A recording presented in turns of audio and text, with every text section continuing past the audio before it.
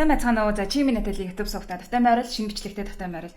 Тэгэхээр энэ удаагийн бичлэг дээрээ би таадын одоо энэ гачган дээр нь харж байгаачлан Erasmus хөтөлбөр гэж юу нь ямар хөтөлбөр байдаг тийм ээ. Европын холбооны одоо орнуудад сурч байгаа оюутнуудад боломжтой байдаг. Энэ хөтөлбөрийн талаар болон за энэ хөтөлбөртэй холбоотой өөрийнхөө би туршлагыг би та нарт энэ бичлэгээрээ хуваалцах болно.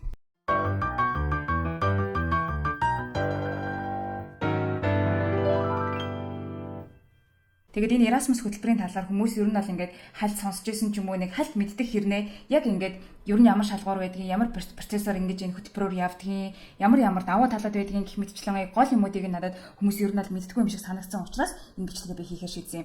Тэгээд хэрвээ та одоо Европт сурахаар төлөвлөж байгаа магадгүй сурдаг болвол эсвэл та өөрөө сурдаггүй ч гэсэн одоо хамаатных нь хинээгэн эсвэл найзууд ч юм уу яг танд хин нэгэнтэй хэрвээ сурдаг болвол энэ бичлэгийг үзээд одоо олж авсан хэрэгтэй мэдээлэл тэр хүмүүстээ бас шеэрлээрэй гэж хүсэж байна.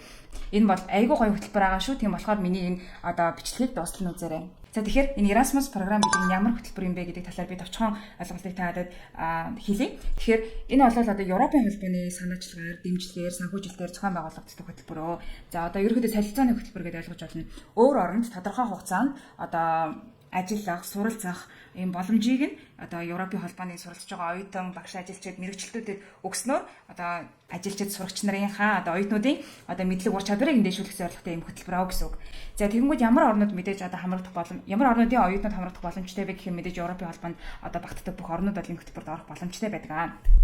За тэгэхээр ямар хөтөлбөрүүд байдаг вэ гэдгийг би таадад хэлье. Ерөнхийдөө бол үндсэн 3 төрлийн хөтөлбөр байгаа. За нэгдүгээрх нь бол Erasmus Student Mobility буюу одоо оюутнуудад зориулсан хөтөлбөр байгаа, солилцооны хөтөлбөр. За хоёр дахь нь болохоор Erasmus Traineeship буюу дадлага одоо өөр оронд дадлага хийх одоо юм Erasmus-аар дамжуулаад дадлага хийх хөтөлбөр байгаа. За гурав дахь нь болонгууд одоо нөгөө багш ажилчид мэрэгжилтнүүдэд зориулсан ийм хөтөлбөр байдаг.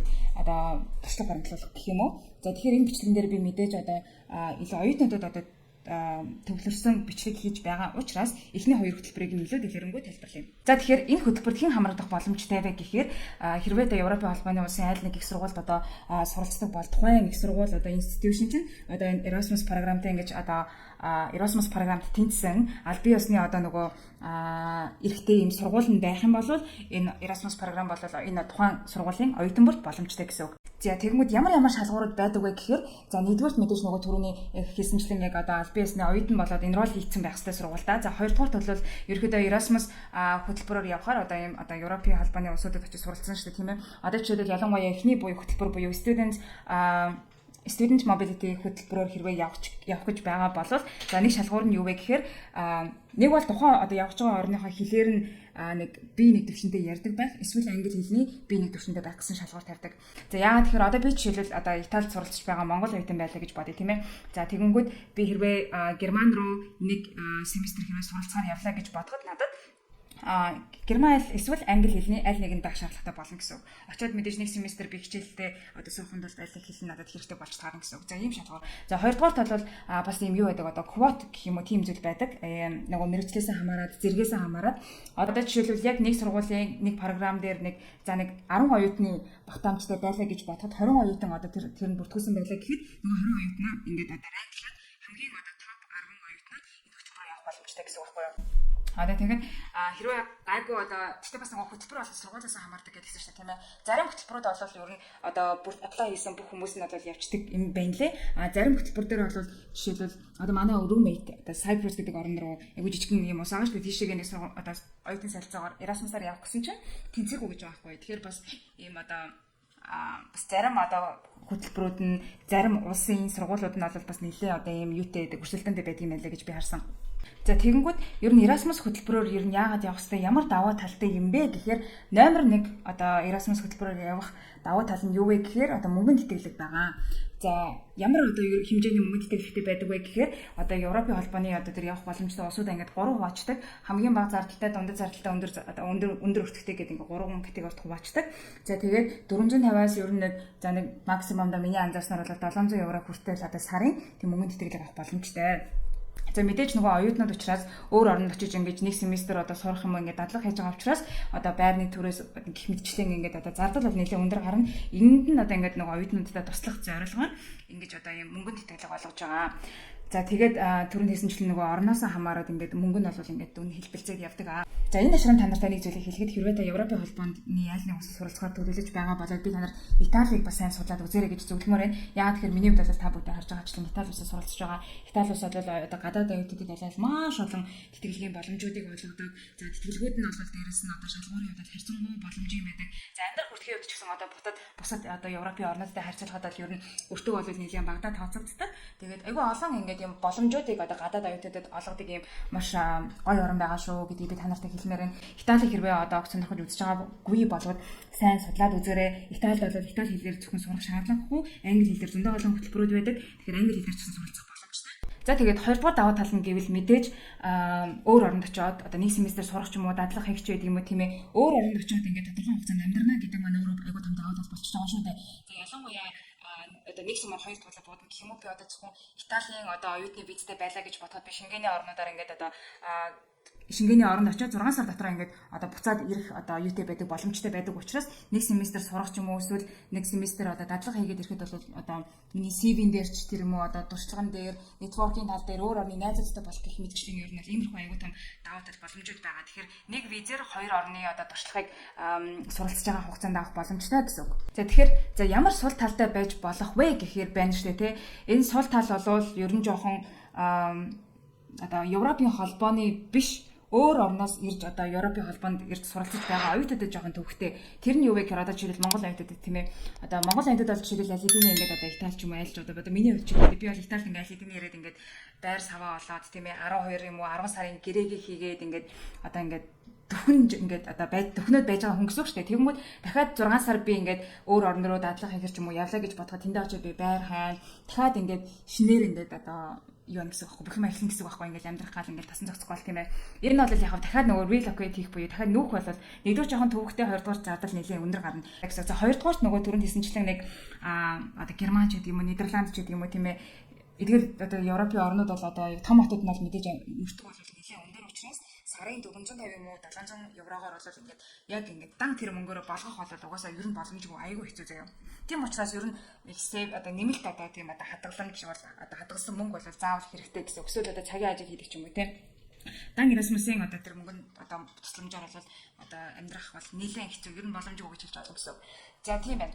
За тэгээ хугацааны хувьд яадаг вэ гэхээр 3-аас хамгийн бага 3 сар, хамгийн ихтэй 12 сарын хугацаагаар ингээд энэ солилцоогоор явах боломжтой байдаг. За миний мэдж байгаагаар бол Монгол оюутнууд бол одоо Европын аль нэг орнд суралцж байгаа одоо Шенгений визтэй оюутнууд болвол тухайн орноосоо гараад визтэй орноосоо гараад 6 сарын дараа буцаад одоо тухайн орондоо ирэх ёстой гэсэн. Одоо миний хувьд бол жишээлбэл би одоо дадлага явлаа гэхэд би 6 сар өөр оронд очиж 6 сар дотроо буцаад Итали руу нэвтэрч орох ёстой гэсэн ийм заалттай байдаг юм байна лээ. За тэгээд бакалаврын зэрэгч гэдэг юм уу, магистрийн зэрэгч гэдэг юм уу тухайн суралцж байгаа жилдээ нэг оюутан максимумдаа 12 сарын одоо хугацаатай Erasmus хөтөлбөрөөр явах боломжтой байдаг. За ийм байна. За процессын хувьд нь олонгууд ер нь айгүй easy заяа миний анзаарснаар. Яагаад тэгэхээр за хэрвээ шалгуур хангацсан бол тэ одоо англи хэлтэй ч юм уу эсвэл одоо испани руу явлаа гэхэд испани хэлний ойр зургийн хэлтэй болвол одоо нөгөө хичээлийн ойлгох B1 төвшний ч юм уу тийм ээ хэлтэй болвол ингээд шууд apply гэж болно. За тэгээ хамгийн гол нь ерөөсөө нөгөө deadline нь айгүй чухал юм байлаа. Эрт бүртгүүлэхгүй бол нэгдүгээр нөгөө quota-нд дурна. Хоёрдугаар процесс нь бас ингээд нэлээд жоохон удаан хугацаатай үргэлжилдэг учраас эрт бүртгүүлэх хэрэгтэй. Энэ дээр нэмээд зөвлөхөд бол энэ хөтөлбөр бол айгүй гоё хөтөлбөр маш одоо том боломжийг оюутнуудад өгж байгаа учраас энэ боломжийг бол би Монгол оюутнууд бүгдээрээ ашиглаасаа гэж хүсэж байна. За энэ дээрээс эхлээд одоо хоёр дахь хэсэг буюу одоо би өөрөө Erasmus хөтөлбөртэй холбоотой туршлагаа таадад хуваалцъя. За би болохоор ингээд ер нь student mobility гэдэг хөтөлбөрийг бол нэг сонирхоогүй байхгүй яа. Тэгэхээр нэг семестр нөгөө түрүүнд дурсамжлан байрны түрээс нэтрэгээс болоод за нэг семестр бол суралцах хөтөлбөр нь бол надад миний сонирхлыг тийм ч татаагүй. Дээрээс нь би оройтсан байсан юм. За хоёрдугаар хөтөлбөрийг нь би тэгэхээр сонирхож ирсэн. Энэ бол Erasmus traineeship хөтөлбөр байсан. Энэ яг гэхээр нөгөө нэг одоо би чи мастер оюутан 20 дугаар жилдээ сурж байгаа. Миний 20 дугаар семестр дээр бол дадлага хийх бол одоо юу байгаа? Кредит бол зайлшгүй байгаа. Тийм болохоор би ингээд дадлага хийж аваад ингээд энэ хөтөлбөрийг одоо судалж үзэхгүй юу? Окей. Erasmus хөтөлбөрөөр ингээд явж болох юм байна. За тэгээд бас нөгөө мөнгөнд тэтгэлэг нь бол байгаа шүү дээ. 450-аас 700 евро. За тэгэнгүүт Erasmus-аар бол ингээд дадлага хий гэж шийдээ судлаад ихсэн нэлээд олон орнуудын сонголт байсан. Тэгэнгүүт компаниудын хувьд бол дадлагатай биш цалинтай болон цалингүй дадлага гэсэн юм хоёр төрлийн дадлагыг санал болгодог. За тэгээд миний хувьд бол яг хав манай их сургуулиудад хамтарч ажилладаг. Одоо ер нь дийлэнх их сургуулиуд бол бүгдээрээ дандаа ямар нэгэн компаниудад хамтарч ажилладаг юм байна лээ л дээ. Тэгээд одоо ихтэй дийлэнх нь бүгдээрээ юу байдаг цалингүй дадлага байдаг учраас би өөрөө цалинтай дадлага олъё гэж бодоод тэгээд хуваараа ер нь бол хайж болж угаасаа болон дадлага. Тэгээд би LinkedIn-ээс бахан зарууд хараад би Нидерландад ерөөхдөө дадлага хийж яа тэгэхээр яг Нидерланд бол бусад орнуудтайгаа Европын орнуудтайгаа ярьж байгаа. Одоо англиар ярих одоо юу дээлх хүмүүс нь бол англиар ер нь гайгүй ярьдаг юм байна гэж би ойлгоод үзээд тэгээд Нидерланд руу юу надад аплайцсан. За тэгээд миний хувьд бол 9 сараас эхлээд би нэг 11 сар хүртэл бараг нэг 50-60 компани руу ер нь CV-гээ явуулсан заяа. Тэгээд тэр үедээ би хараа нэг юм бодсон чинь нэг хамгийн миний бас ингээд гайхажсэн юм болохоор ингэсэн байхгүй юу. Одоо би Нидерланд руу хэрвээ одоо дадлагаар явхаар болвол надад ер нь виз хэрэгтэй болов би Италийн оюутны визтэйг явж болох юм болов гэдэг асуулт байсан надад. Тэгээд би судлаад үзсэн чинь хараа ялангуяа Нидерланд дээр бол ингэсэн одоо юу хэрэгтэй? Residence permit хэрэгтэй буюу төр оршин суух үнэмлэх хэрэгтэй. Тэгээд төр оршин суух үнэмлэх ер нь хэрэгтэй гэсэн байсан. Тэгэхээр тэрийг миний уншсанаар шийдэ компани нь өөрөө одоо нөгөө дадлагад авах байгаа хүнийхээ өмнөөс одоо нэг документ бөглөөл тэгээд 350 евро төлөөл тэгээд residence permit-ийг авчихсан юм байна гэж одоо би ойлгосон байхгүй тэр ингээд юмэг ингээд уншсан чинь. За тэгээд окей за тэгвэл гайгүй юм байна. Компани миний өмнөөс ингээд аваад өгчүүл болол ингээд нэг асуудал байх юм байна гэд би бодоод тэгэл баахан CV-г явуулсан. Тэгж жагаад нэг газраас ингээд хариу ирвэ надад. Ярилцлаганд орвоо бүр нөгөө газартайгаа. Тэгэл тэр компани бас айгу хөөрхөн тийм дундаж тийм компаниас нэг 500 орчим хүнтэй тэгэл менежер энтертейн ярилцлаганд ороод би өөрөө бас айгу хичээсэн багтаа өгөн дээр ярилцлаган дээр. Тэгэл ярилцлагч айгу гоё болоод өнгөрсөн. Тэгээд тэр бол дадлага бол сарын 750 еврогийн юутэй байсан бас одоо төлбөр юутэй байсан. Одоо цалинтай гэх юм уу? Дундаж цалин бол нэрээ одоо миний харсаар Нидерландд бол ерөн сарын 500-аас 750 евро одоо дадлага юутуудад бол өгдөг юм байлаа. Тэгээд би миний одоо төлөвлөгөөгөөр за окей дадлагаасаа би 750 евро авчих юм байна. Erasmus-аас 700 евро авлаа гэж бодоход ингээд 1400 орчим еврогоор за нэг сар бол Нидерландад ингээд нэг survive хийгээд амьдраад байгаад гэж болох юм байна гэж би бодоод тэгээд угааны энэ хөтөлбөрөөр явах гэсэн. За тэгээ яагаад явах гэсэн ингээд өнгөрсөн цаг дээр ингээд жоохон бүтлгүй юм хэлээд байна вэ гэхээр нөгөө компанитайгаа ярилцсанд ороод за 7 хоногийн дараа хариугаа хэлье гэж хэлсэн байдгүй. Тэгсэн чинь нөгөө HR над руу өөрөө залгаж ийн герман хүмүүсээ утасны герман дугаараасаа. За тэгээ яасан би ярьсан чинь байна хүн ярилцлагаа дундаа надад тэгэж хэлсэн байхгүй ингээд би нөгөө визний талаас асуусан чи ингээд санд ингээд ерөөсөө виз хэрэггүй ингээд Erasmus хөтөлбөрөөр явж байгаа бол ингээд ямар ч асуудалгүй гэдгийгсээ тэгэхээр ингээд бүр өөдөө сайн лээс гэж бодоод айгу тайширсан байсан чинь мань хүн гэсэн ингээд уг нь ингээд бид нар чамаас авсан ингээд чи бүр уг нь ингээд топ applicant буюу бид нар ингээд одоо хамгийн одоо боломжтой одоо юу хэмдэ боломжит одоо ингээд одоо оролцогч хүн нь байсан гэхдээ бид нар ингээд чамайг авах боломжгүй бас яагаад гэхээр ингээд одоо чаа ингээд нөгөө Европын холбооны аль нэг улсын иргэн шилгүй учраас заавал residence permit буюу одоо нэг өдөр оршин суух нэмэлт хийх хэрэгтэй байлээ. Тэрийг авахын тулд компани 3 сар орчим одоо ингээд процесс орооцолдож одоо 3 сар хүлээсний эцэст тэр хариу ингээд гардаг юм байна. Тэгэнгүүт бид компани зүгээс одоо 5 сарын за максимум 6 сарын тийм ээ дадлага оюутан авахын төлөө 3 сар ингэж одоо хүлээн гэдэг бол айгүй том одоо риск ингээд бид нар ингээд компани зүгээс бол энийг ингээд хийх боломжгүй юм байна гэж үзсэн. Тийм болохоор бид нар өөр хүмүүсийг ингээд ярилцлаганд ингээд оруулж байгаа. Европын холбооны иргэншилтэй хүмүүсийг ингээд ярилцлаганд оруулж байгаа. Учираас бид нар чамайг ингээд авах боломжгүй боллоо гэж надад хэлсэн заяа бүр амар харамсалтай. Тэгээ би яг судлаад үзсэн л дээ дараа нь яг компаниуд нь тэгж нөгөө тэр residence permit-ийг одоо мэдүүлэхээс гадна би өөрөө уг нь тэр одоо тэр төр оршин суух үнэмлэхийг бол мэдүүлж болдог Нидерландын. Гэхдээ тэхийн тул яг гэхээр биш нэлээд процесс нугасаа адилхан заяа. Тэхийн тул ямар ч байсан тэр компани намайг спонсор хийнэ гэдгийг ингээд одоо хүлээн зөвшөөрсөн байх хэрэгтэй гэсэн. Спонсор хийн гэхээр чинь би чинь одоо тэр визийг мэдүүлэхдээ тэр компани мэдээллийг нь хаяг маяг тэр холбогдох менежерийн хаяг бүх мэдээллийг нь би тэр одоо документд оруулна гэсэн байхгүй. Тэгэхээр тэр компани тэр надад ихээ зөвшөөрсөн байх хэрэгтэй. За тэгэхээр тэгэнгүүт би ингээд бүр Ром руу очиод зөө Нидерландын элчин сайдын яамн дээр очиод визаа мэдүүлээд тэгээд тэрэнд нь 2 сар одоо хамгийн бага 2 сар хүлээж ингэж хариу гаргадаг юм процесс зөө. Тэгэхээр хамгийн бага 3 сарын процесс. Тэгээд дээрэс нөгөө визний цагчин бол ингээд шууд олдохгүй шүү дээ 2-3 сарын дараа. Тэгэхээр ингээд миний хувьд бол ингээд энэ процесс нь өөрөө 5 сар ингээд дахиад хүлээх юм процесс болчихж байгаа байхгүй. Тэгээд за окей тэгвэл ингээд амар харамсалтай боломжгүй байна. Тэгээд би өөр орнуудад ер нь яад гэдгийг дахиад судлаад үзлээ. Тэгсэн чинь Германд, Австрид ер нь бол яг адилхан процесс зөө. Ямар нэгэн residence permit юм уу, work permit юм уу, ямар ч нэртэй гэдэг. Ямар нэгэн тийм зөвшөөрлөл заавал авах хэрэгтэй. Тэгээд тэр процесс нь яг нэг ойролцоогоор нэг 60 хоног хүлээдэг заяа. Визний цаг аваад тэгээд нэг ийм визний асуудалд ороод одоо асуудал орхон жишээ нэг одоо энэ визний гачигдлаас болоод би ингээд энэ хөтөлбөрөөр бол явж чадаагүй. Тэгээ одоо яаж байгаа вэ гэхээр Италид бол дадлага хийж байгаа. Тэгэхээр энэ дээр юу вэ гэхээр ирээдүйд одоо энэ Erasmus traineeship-ийг одоо сонирхож байгаа хэрвээ оюутнууд маань байх юм бол энэ визний юм аягүй сайн анхаарах хэрэгтэй юм байна шүү. Ер нь бол жоохон нэлээд төвөгтэй баг боломжгүй шахав гэж анзаарсан. За гэхдээ яах вэ? Хэрвээ нэг компани олоо тэр компани нь одоо чиний визэн дээр спонсор хийж болно. Чамайг одоо ингээ 3 сар ингээ чиний визийг хүлээж болно гэх юм бол окей тэг хамаагүй шүү дээ тийм ээ. Эсвэл өөрөө аль нэг орны визтэй болол бас болно. Энэ дадлагыг боломж бол аягүй өндөртэй. За нэг жоохон гонхтой ч юм нэг юм түүх байна. Яг хөө миний хувьд яг жоохон тийм проекттэй байгаа те сургуулиас санал болгож байгаа компаниудаас биш өөрөө хайж олоод өөр орнд дадлага хийгээд тэгээд тэндээ сайн дадлага хийж байгаа тэндээ одоо Нидерландад одоо ажилд ороод үлдэм энэ гэсэн бүр тийм битүүхэн зорилго байсан юу гэн би ч бүр бүх юмаа төлөвлөл би бүр за энэ компаниг орччихээ бүр тийм болчихжээ гэж бодоод тэгээд нэг юм тэтгүү нэг юм юу байна. Тэгээд хоёр дахь одоо нөгөө traineeship хөтөлбөрийн талаар ярихад бол нэг юм байна. Тэгээд ер нь бол дунджаар нэг компаниуд бол 6 сарын одоо дадлага юу гэх юм бэлээ. Дадлагт авдаг юм байна лээ. За тэгээд ерөнхийдөө бол нэг Erasmus хөтөлбөрийн талаар миний туршлага болон мэдж байгаа зүйлсээ та нартайгаа хуваалцаад бол юм байна. Тэгэхээр хамгийн гол нь сүлд нэгэд базаад хэлэхэд энэ хөтөлбөр бол за ялангуяа хамгийн эхний хөтөлбөр тийм ээ. Student mobility гэдэг нь одоо оюутан солилцооны хөтөлбөр нэг семестр өөр орнд суралцдаг хөтөлбөр бол айгүй гоё. За ялангуяа бакалавраар ирээд суралцж байгаа оюутнууд бол оюутан болгоны биег нь явж үзээсэй гэж хүсэж байна. Яагаад тэгэхээр анхаасаа ингээд одоо хамгийн гол патент нь бол яг тэр нэг юм нөгөө Erasmus-ийн одоо өгдөг мөнгөнд хамаардахгүй л гэдэг шээ. Тийм болохоор та нар маань яг анхаасаа ингээд одоо төлөвлөгөөндөө оруулаад жоохон мөнгө төгрөгөө ингээд бэлдээд илүүчлээд ингээд ирээд хөтөлбөрөөр явах юм бол маш гоё experience өөр орны ингээд юм залуучуудтай хүмүүстэй залуучууд эдэн зөвхөн эрэгтэй хүмүүс гэдэг шүү. Охид залуучуудтай одоо найзууд болно, гоё networking үүснэ, дээрээс нь гоё өөр орн одоо туршлагатай болно гэх мэтчлээ. Тэгээд хилчин мэдээж сайжрын тийм ээ. Айгуу гоё тийм туршлага одоо болж өгнө гэсэн үг.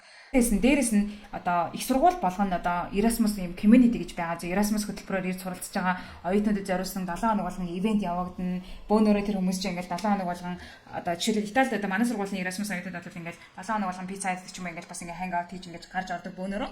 Тэгээ бас ингээд юм community байдаг учраас очиод ингээл ганцаардаад ингээд нэг юм хэцүү байгаад юм гэсэн юм бол ер нь нэг байдгүй юм шиг санагдсан. За тэгээд тийм болохоор та нар маань эртнээс ингээд энэ бичлэгийг үзэж байгаа хүмүүс маань аав ээжтэйгээ ярилцаад энэ хөтөлбөрийн талаар сайн судлаад виз нь яад хийдгийг тийм ээ эсвэл одоо өөр орнд очихоор бол тэр орнд нь хамаатан садамж байдаг юм уу тиймэрхүү бол бүр даваа талтай байранда мөнгө өрөх гэсэн үг шүү дээ хэрвээ одоо хин нэгэн одоо нөгөө байрлах боломжтой хүн байдаг бол тийм болохоор зүгээр эрт судлаарай сайн судлаарай төлөвлөгөөндөө оруулаарай тэгээд энэ хөтөлбөрийн боломжийг ер нь заавал ашиглаарай гэж би та нартай захимаар байна. За тэгээд энэ бичлэгийг маань энэ хүртэл дуустал нь үзсэн та нартай маш их баярлалаа. Тэгээд дараагийн бичлэг маань айгүй сонирхолтой сэдвтэй байгаа. Тэр нь юу вэ гэхээр Италийн охид залуучуудын талаар би та нартай буу алах болно. Тэгээд ерөнхийдөө Итали одоо охид залуучууд ер нь чөлөө цагаа яаж өнгөрөөдгийг, яаж шоуддгийг, үерхэл нөхрөл нь ямар байдгийг, за ер нь яаж хувцалдгийг ч юм уу одоо үзэл бодол нь ямар байдгийг гэх мэтчлэн тийм ээ. Иймэрхүү сэдвүүдийн дагуу та нартайгаа буу халах болно. Бас айгүй сонирхолтой байх болно гэж бодож байна. Дээрээс нь бас яг зочин бас оруулж магадгүй. Тийм учраас миний бичлэгүүдтэй хамт байгаарай. Хэрвээ энэ бичлэг маань таалагдсан бол subscribe дарахаа битгий болоорой.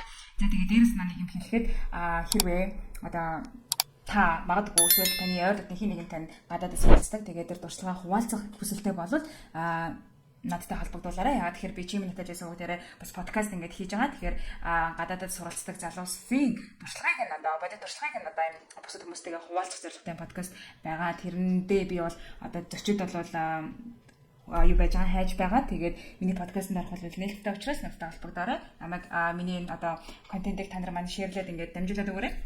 За тийм ээ. Тэгээд дараагийн бичлэгээр уулзлаа. Түр баяртай.